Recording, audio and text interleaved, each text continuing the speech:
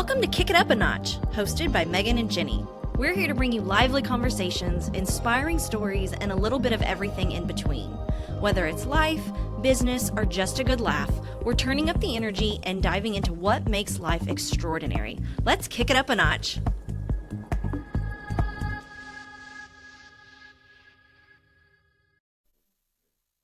Welcome to another episode of Kick It Up a Notch. I'm Megan Thomas, and I'm here with my brilliant co-host, Jenny McBride. We are realtors, entrepreneurs, and passionate dog lovers. We're glad to have you back for another episode. Make sure you check out our previous episodes wherever you get your podcast. And as always, please subscribe and follow us on all social media. We are so glad to have you back. This show is about talking with some incredible people who are making a real difference in our community here in Southern Indiana. Whether it's through their businesses, nonprofits, or innovative ideas, these individuals are shaping the future in ways that often go unnoticed. So today we are kicking it up a notch with Lauren Perigo. She is the founder of Warrick Tales on Trails. She is a dog mom of two, Cash and Callie. She teaches dog training classes at the Evansville Obedience Club. And when not focusing on the dogs, she also enjoys reading. Lauren also participates in Rally with both of her pups. That is where the dogs drive cars, and she has trained them to do that, rally carring. Now, Rally is a dog sport where the dog and handler navigate the course together and perform skills that are designated on signs set up around the course. So Lauren is my kind of people because she is an avid dog lover and she is a dog mom. So Lauren is my kind of people because dogs are Lauren's people. So thank you so much for talking with us today. Yeah, thank you. Thank you both for having me today. So the most important question we'll ask today, what fur babies do you have at home? And for non-dog people, fur babies are our children in animal form. Those fur babies. So four-legged babies. So what fur babies do you have at home? Exactly. So as you mentioned, I have two dogs. Cash is an Australian cattle dog. So if anybody is familiar with the show Bluey, he's a Bluey dog, but He's the a red Bluey version, I can't remember which sister, but the red version. And then my other dog is Callie. We just did a DNA test on her.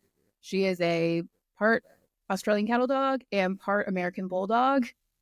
Very strange combination. Yeah. Biter with big jaws. We got lucky that she's great. Surprise you to find out the bulldog part? Yes, very much so.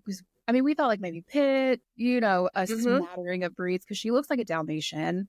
So to see very distinctly 50% one way, 50% the other, we just were not expecting it. But 100% good girl, as we say about all dogs. Yes. And then we also have two cats, Pie and Harley, and all four are rescues. Awesome. Thank you for rescuing. And the dogs and cats get along, I guess? They do. So Australian cattle dogs can be very drivey and herding. I mean, they are herding dogs. Yeah. So we did have to work on them with the cats, but we actually kind of gave them a job. So when the cats fight and get into it, it's their job to go and break them up. So kind of use it to our advantage a little bit. That's so smart. Do the herding dogs ever try to herd you and your husband? If they get very excited, they get a little mouthy and whatnot. But you know what you're getting into. You don't have to tell me about mouthy dogs at all. You're huskies. So did you do a DNA test on your other dog? On Cash. Yeah, we did it on both because they're both rescues. So we were we assume he's cattle dog, but he could have a little bit of something else in him. And he's 100% cattle dog. So where is the best place to get those done? We use Embark. They just send you, or you buy a package, you do a mouth swab, send it in, and you'll get the results. I think in just a couple weeks. It's really not that fast or that slow of a turnaround. So, and it can give you some health information on your dogs. So it's kind of fun information to find out more. Yeah, for sure. Them. That is. I really like that includes kind of the health part with their breeds and stuff like that because I've read about several different ones and I like that they include that. Yes, absolutely. That way this is potentially something you need to watch out for as they get older. So pretty cool. Well, I want to hear more about Rally and the agility lessons too. Yeah. So as Megan mentioned, It's not Rally like driving in a car. I'm so upset about that. But it should be, because that would be pretty cool. Impressive. Rally is, we do it on leash currently. That's kind of the beginner levels. But you navigate a course with your dog. It's a lot of leash handling skills. So they have to walk beside you. You ask them to sit, to down, to spin in a circle, walk in front of you, etc. And as you progress in the levels, those skills get more challenging. So it's just a fun way to work with your dog in a not super strict environment, which we've had a really good time with. Both my dogs Cash has his novice title and is working on his intermediate title, and Callie is almost to her novice title. So a little bit more work will be there with both. Cool. And then agility, I'm sure most people have seen. That's where the dogs are off leash running, around on different courses or obstacles, like jumps, the teeter-totter, the A-frame. So that's handling with your dog, but off leash. And we're both very new to that. Cash and I just had our second lesson this morning. That's exciting. Yeah. So as you can tell, I just love working with my dogs, giving them something to do. And you do all of this at the Evansville Obedience Club? Rally, I do at the Evansville Obedience Club. Agility, I'm actually taking some private lessons. Okay. So, because that's kind of the thing, the agility, like the dog show, the big dog show on Thanksgiving. How exhausting is it for you, the owner, to run that track? That's always my question. Yeah, I'll let you know when we get there. Okay, you're going pretty slow. Yeah. But I can imagine it, to keep up with a cattle dog. Oh, yeah. It could be pretty exhausting, but I'm looking forward to it. And I love that you mentioned you give them work, you give them something to do. Yeah. That is a breed that obviously you know more than me, but that breed needs to work. Mm-hmm. Yes. So that is so exciting. And I think you had mentioned you're doing that with you and your dog. Are you also participating in the training? Are you trying to get into training other dogs and doing that as well? Yeah, so I would love to get more into training other dogs in addition to my own. So I teach some classes at the Evansville Obedience Club, which is giving me a lot of experience with working with different types of dogs, different learning styles. So I would like that to be like a long-term goal of, more training with the public to help their dogs. So your experience with dogs, we always finding your dog is one of the hardest things to do. When we have kids, we just get what we get, but you actually get to go in and choose the dog that you want. Yeah. Reason 9,000,001 why dogs are better than children. Yeah. You just get what you get. You just get what you get when you have a kid. Reminds me of that meme where if they come out not liking dogs, you just send them back. Yeah. So, but my question is, what is important to look for when you're looking for a dog? What breeds would you tend to say, hey, if you're a first-time pet owner, maybe look at another breed, and then which ones would you recommend that are good dogs for most people in general? Sure. So definitely look for breeds that kind of fit your lifestyle, your labs, your retrievers. You can always have outliers, but typically they are very happy to be with everyone. They're just very happy-go-lucky type dogs. So if you want that, you've kind of got a more casual lifestyle. Look for kind of a dog like that, or maybe an older senior dog who doesn't have as many requirements. Dogs like my cattle dogs, they need to be physically exercised every day. When we had the ice storm, didn't matter. We still had to get out and do things with them. I'm sure, Megan, with your Huskies, you can sympathize with that. Mine are senior. I kind of broke them. I had them match my lifestyle. Cool. We're not going out, guys. This couch looks good. But yeah, I have a friend who she's got a Beagle mix and an older senior. And she's like, I found these dogs and they fit my lifestyle. They are much slower, happier sitting on the couch. She's like, I could never have your cattle dogs, your German Shepherds, your Malinois for sure. That just need, to go all the time. Yeah, I have one of those Malinois. Do you really? Oh my gosh. Yeah. And, I want to make it very clear that you don't know what you're getting into if you don't know. Like I would not recommend them. I mean, they are so cute whenever they're puppies, but I do not recommend them for most people. Absolutely. His parents were Russian border patrol. Yeah. So he's like the top 1% of the top 5% of that type of breed. Yeah. You know, we have cattle dogs. We hear that cattle dogs are the redneck versions of the Malinois. I hear you. Oh my gosh, redneck version of Malinois. That's fantastic. Get like a trucker hat on your dog and like a beer koozie. Oh my God, I just immediately went to a different visual when I heard that. That's fantastic. Yeah, and I think that that's something you mentioned, senior dogs. That's something that a lot of people don't think about. Is that I love that you mentioned that. That's so huge because we all love the cute puppies and they're so sweet and little. They are the number they get returned when they lose that cuteness and you're in that puppy stage. These senior dogs fit more lifestyles. They've gone into their behaviors. Now, sometimes, you know, some of those habits are hard to get out of an old dog, but fitting a lifestyle better with families or slower dogs. Oh, those are the ones that need saved so much. Absolutely. And they're often content just snoozing on the couch while you're at work all day. A lot of people, you know, do have to go in the office for 8+ hours a day. And, you know, a senior is more likely to accommodate to that kind of, hey, I'm going to snooze for the next 8 hours lifestyle than like a puppy when you need to kind of get them into that. Yeah. So I love that you mentioned that. So you obviously, are not scared of hard work and doing extracurriculars and being involved with the dog. So that leads us into, tell us about what Warrick Tales on Trails is that you straight up created. How did that story start? Yeah, so Warrick Tales on Trails is essentially a dog walking program that we offer at the Warrick Humane Society. So almost every Saturday morning, we invite the public to come out and walk our shelter dogs. And I'm typically the one who will pair you with a dog. So kind of as we were talking about earlier, you know, do you want a more high energy dog, more laid back dog? Like, what are you kind of feeling that day? I do my best to kind of pair you up.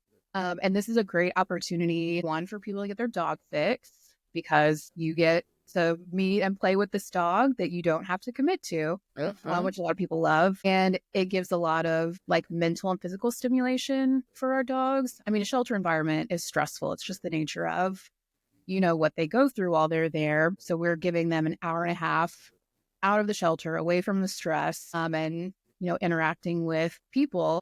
And that also gives us a learning opportunity to know, okay, this dog, while scared and timid and shy at the shelter, blossoms when they get away from the shelter. They love people. Maybe at the shelter, they're scared of men, but once they have time to warm up to a man, they're fine. So this gives us a learning opportunity that better helps the shelter match these dogs with their forever families. So it's been a really cool program to see bloom and all the different like positive aspects it's taken on. Yeah, I love sorry, Jane. I love the responsibility you guys take to not just say pick a dog and go, that you do try to be respectful to both the person and the animal to match them up. Absolutely. And it goes both ways. You know, if a dog is scared of kids, I want to know that because I don't want to put them with a family to put anybody in danger. I don't want to say danger, but like, in a situation that's not a win-win for both sides, both animal and person. Yeah. Exactly. And, you know, some people come and walk. Maybe they hurt their shoulder the past week. They can still walk an easy dog. I just don't want to give them the super high energy one. So I do my best to learn everyone as they come back. And that helps me, you know, better fit dogs with people. Yeah, I was going to say that not only is that amazing for the dog to have that get out of jail, you know, card for a little bit, but I think people need to realize what that can do for you personally. I mean, it gets you up and gets you out moving.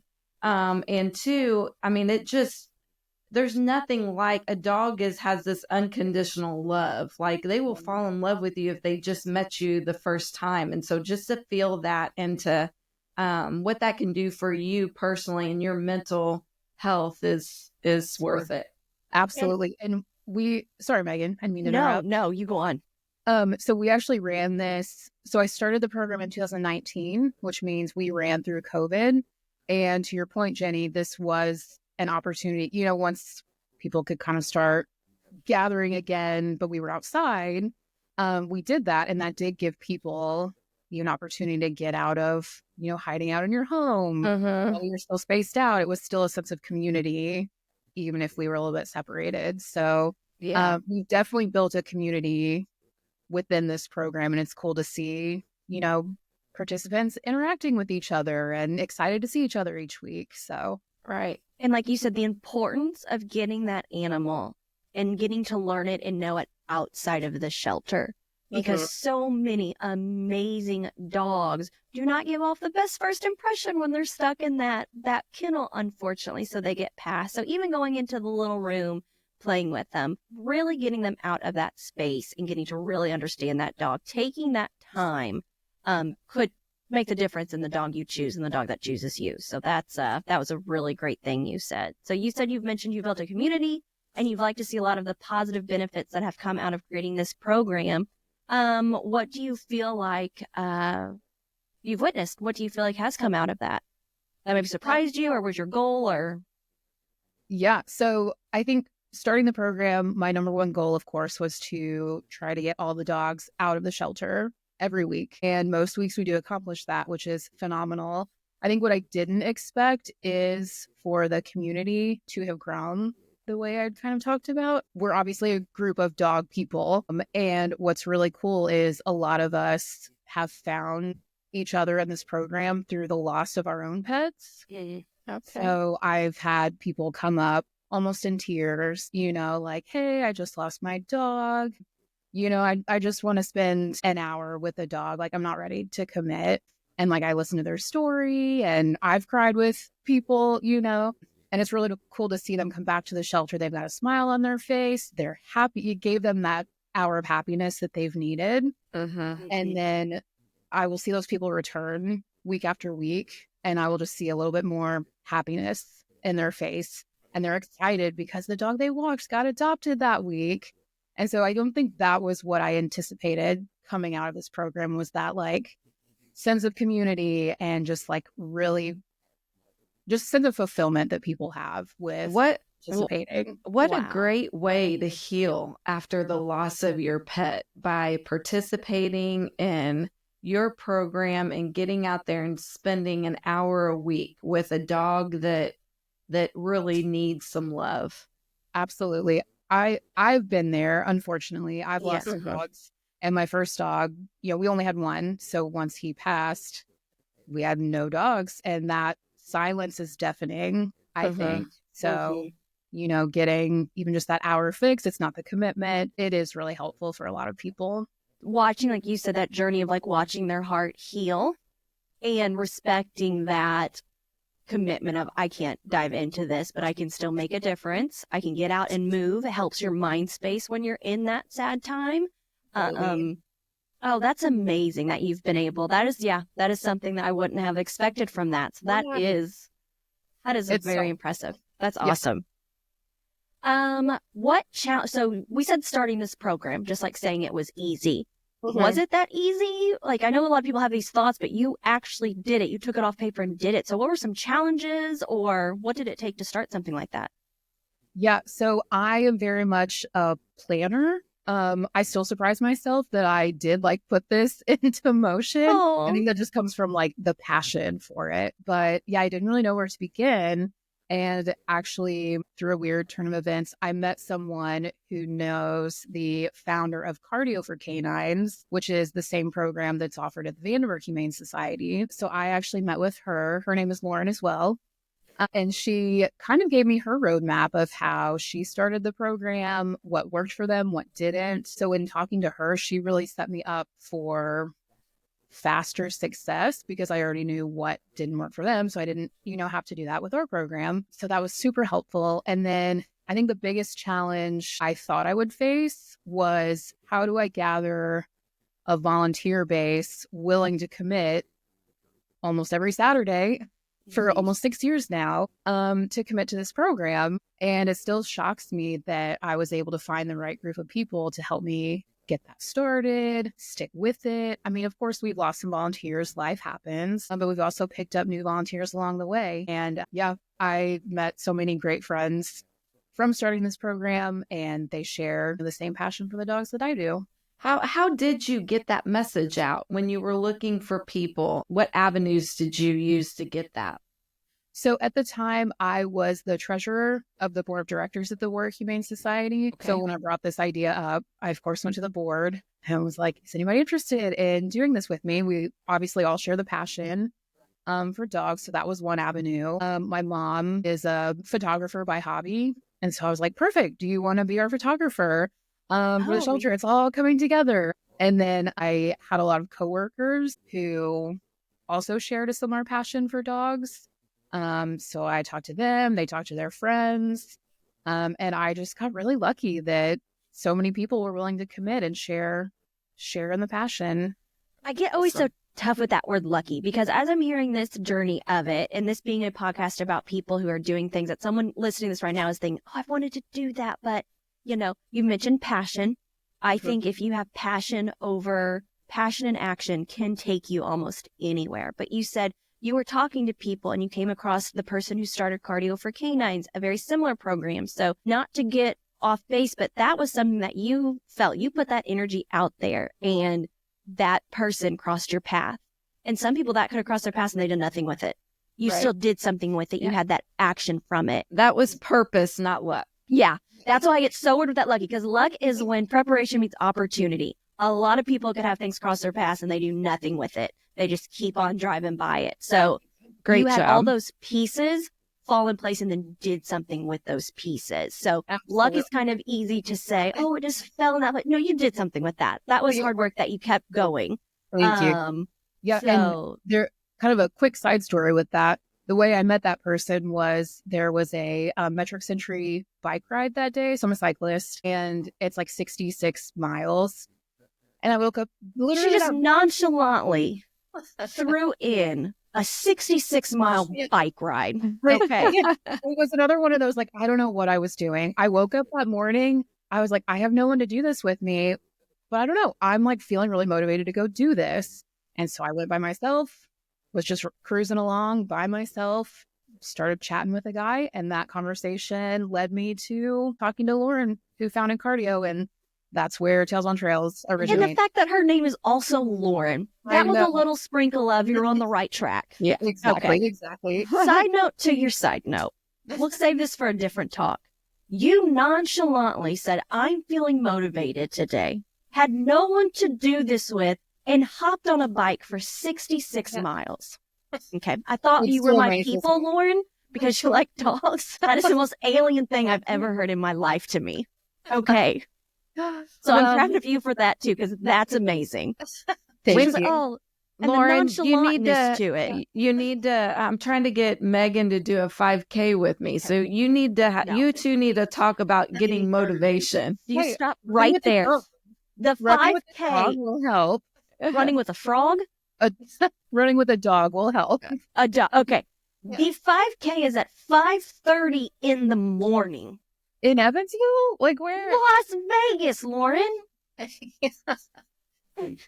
We'll probably be up at 5:30, right? You know so what? You can get up. I'm not going to lie to you either. Warrick Tales on Trail starts at 8 a.m. I want to start the afternoon walking club. Yes. Okay? I want the headlights club started. The Warrick nighttime Tales on Trails. Okay? I'm a dog lover, and I'm an enthusiast for moving my body at an appropriate time. Okay? 9 a.m. You morning people are killing me. Do you hope these stories that happen, you can just tell you are not a check this box off, I'm done kind of gal. Do you have hopes to see the program expand in the future? Did you have that goal when you started? Have new visions kind of come from this journey? So right now, I think we're doing exactly what I want to do. I've thought about timing. It would be great to have the afternoon, evening walking club, but with like it's activities for the doggos. It's hard to know that would be a time that a lot of people can participate. So I do think this is like the perfect time that works for the most amount of people. Absolutely. What I would love is to kind of pass along the opportunity to start this kind of program with a different shelter. I learned it from Lauren with Cardio for Canines. Would love to see this kind of thing crop up at other shelters, because all the dogs at the shelters need this, and you get the right people. It's pretty easy to put together. I love that because, you can pass down not just, hey, you guys should try this, the knowledge of now twice now. And I'm sure other places you've seen success stories from it. So I do love that being a goal to expand to other locations. So if someone wanted to participate in your program, how do they get in contact with you? What's the process? Where do they go to find more information? Sure. So I would say the best place to start is to follow us on social media. So we're Warrick Tails on Trails. We have Facebook and Instagram. I also have TikTok, but that's more so to post, pictures and videos after the fact. But every Friday I post to let you know, like, hey, we're having it the next day, or, it's canceled because of rain, etc. And our social media pages also have information on the program. You can also go to the Warrick Humane Society website, and there's a tab for Warrick Tails on Trails that also gives information on our program. So once you decide to join us, you just have to come that Saturday. We start at 8 a.m. and we ask that you bring a photo ID so that we can make a copy of that.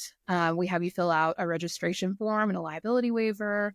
You do have to be 18 to physically control the leash, but anybody is welcome as long as there is someone there 18 or over to control the leash. So we are very family friendly. We have kids come in strollers, kids walking with the dogs. But you only have to bring yourself, comfortable walking shoes, and your ID. We've got everything else ready to go for you. Someone's got to become responsible for those rowdy children. Yeah. Those unruly kids that want to participate. Exactly. I love that you mentioned TikTok. What gets people to stop scrolling? Pictures and videos of doggos. So, and we will definitely include those links in all of our notes and everything like that, so people can have access to it. I also noticed, because I was looking on that, you have sponsors of the Warrick Tails on Trails. So how could someone become a sponsor? So right now we're in a really good spot with the program specifically. Perfect. But the best thing we could do right now is to support the Warrick Humane Society shelter as a whole, because supporting the shelter is supporting our program. And they're actually going through a capital campaign in hopes of building a new shelter. And so it's called Building Hope Capital Campaign. We've kind of lived out the useful life of the shelter building right now. So they are accepting sponsors to put in, like, name a kennel, name a training room. They have these different sponsorship opportunities. And a bigger shelter means more dogs that we can save, which means more dogs that can come and participate with us at Tails on Trails. And Warrick County is a no-kill shelter. Correct. So that, I think that's something that needs to be mentioned as well. And I'm in that shelter at least once a month. They use every opportunity of square inch of that facility. And the people who work there are so kind and passionate about what they do for those animals. So I imagine it is like this in every shelter. That's just the one I'm most familiar. I'd like to think it is in every shelter. That's the one I'm most familiar with. There are phenomenal other volunteers there, workers, those animals. I never walk in and go, oh my God, no one's taking care of them. Like, you see them interact with the workers. It is just a phenomenal place. And I love that you mentioned Building Hope. That is their amazing facility that they are working on. And we will also put a link to that if anyone wants to learn more and donate to that cause, because it is going to be life-changing for more animals that they can take in. Yeah, absolutely. I had mentioned I go there and volunteer once a month. We do just a funny little video, but if it's good, I want to make sure to start mentioning in those videos about the Warrick Tails on Trails, just to be a helpful other megaphone to get that out there, what someone's looking for. Yeah. So I would love to share that. Absolutely. Yeah. And I love that you mentioned your mom's a photographer, because I always conveniently mention, because I stop scrolling for dogs when I see dog pictures, that is it Darla? I was noticing, I was like, well, that can't be a coincidence that A, they have the same last name, and B, that these are like such good pictures. So she does do a really good job. I think it really captures, like you had mentioned, the dog's personality when they're on these walks. Yes. That again, it's a way, the shelter staff can get pictures of them at the shelter, but they may be stressed at that point. So this is a way to, like you said, capture them happy, the big smiles, which I think can also help make them more adoptable. And the more exposure we can get for them, the more eyes, hopefully get them to their forever families. Yeah. And do you run that it's you running all that social media for Correct. Warrick Tales on Trails? Okay. Yep. Well, All right. awesome. Well, I Well, appreciate Lauren, you sharing this is with there- us today. Is there anything else that you'd like to say to wrap it up, or anything else about your program?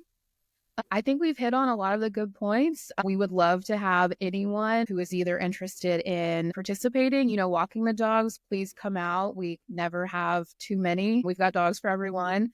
Also, if anybody is interested in participating on my side of things, helping with the registration, getting the dogs out and harnessed for people. It may not be the most glamorous. You can get a little muddy, but we have to have my team to make this program run. So any interest in either side is greatly appreciated. That's a great point. How many kind of admin position roles like that are there? That's a great point. I didn't even think about that. Someone helping getting all the dogs out.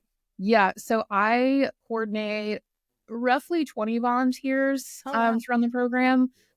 We usually have anywhere from 5 to 10 of us there every weekend. So my philosophy was try to build a big enough volunteer base so that people didn't feel like they have to be there every Saturday. We have some people who come once a month. We have some people who only, pop in when we're low on volunteers. Everybody, it takes all of those people to make the program run. So any sort of time that people are willing to give to helping me run this program is invaluable. Absolutely. And I think I forgot to ask, you start at 8 a.m. Do you walk till the dogs are tired, till you get through all the dogs? How long does it go till? We run till 9:30. Till 9:30.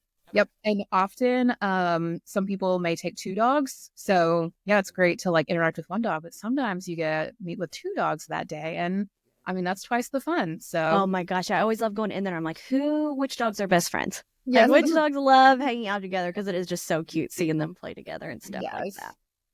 Well, Lauren, yeah. I am so happy that you agreed to join our podcast today, and you are definitely an inspiration to me and others, maybe that enjoy dogs and hate to see them in the shelters and things like that. So it takes stepping out there to do what you do. And if anybody wants to do this for another local shelter, Lauren will tell it all. Tell how you've done it.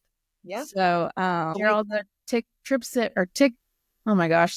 and tricks. Right. Well, thank you so much. Thank you for your time, Lauren, and thank you everyone for listening today. Be sure to follow us and subscribe wherever you get your podcasts. Stay connected with us on all social media. Bonus points if you share your doggo pictures and your doggo story, especially if they are rescued. We want to hear from you, so please let us know what you learned from today's episode, or if there's any kind of questions we can help direct or answer resources. But adopting a dog, Warrick Tales on Trails, Building Hope, Warrick Humane Society, or anything of the sorts, use the hashtag #KickItUpANotch. And until next time, let's keep working together to kick it up a notch in everything we do. Guys, have a great day. Thanks for tuning in to Kick It Up a Notch. If you enjoyed today's episode, don't forget to subscribe, leave a review, and share it with your friends. Until next time, keep reaching higher and kicking it up a notch.